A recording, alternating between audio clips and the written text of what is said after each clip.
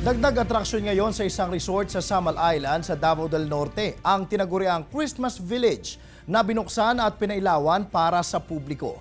Tunghayan natin sa report ni Sheila Vergara Rubio ng GMA Regional TV, One Mindanao. Mas lalong nagliwanag at nagningning ang isang inland resort sa Barangay Tagbitanag sa Samal Island ngayong natapos na at pinailawan ang kanilang Christmas Village.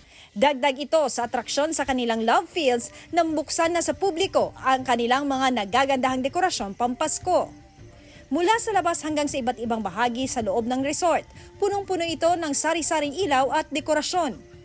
At bubungad pa sa iyo ang hilera ng mga nagagandahan at naglalakihang Christmas tree. Puno rin sa ilaw ang isang malaking puno sa tabi ng 15,000 hearts na love field. Kaya ang mga bumisita sa resort, kanya-kanyang kuha ng picture at video para maipost sa kanilang TikTok at iba pang social media accounts.